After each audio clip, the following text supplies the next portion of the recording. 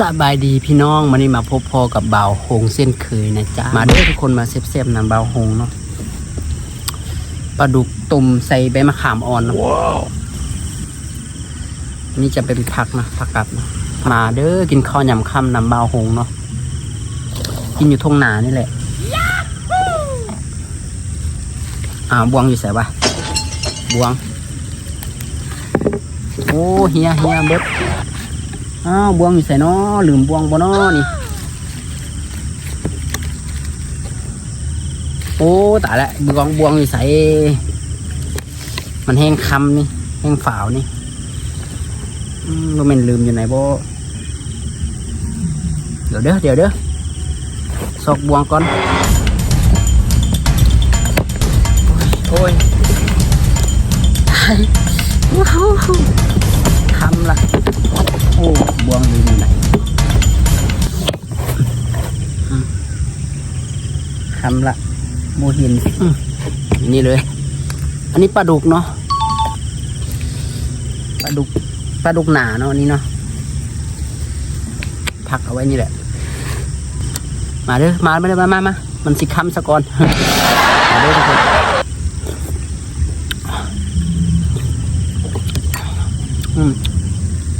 คำแล้ว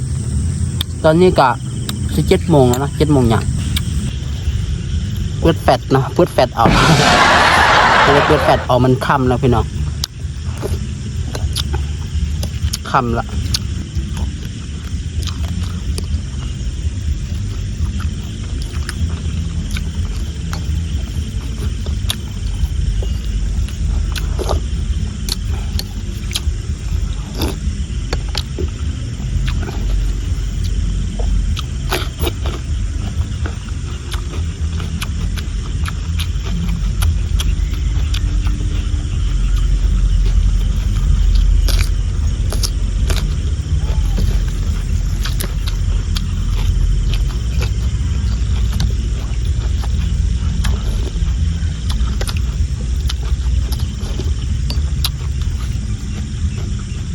เผ็ดนะ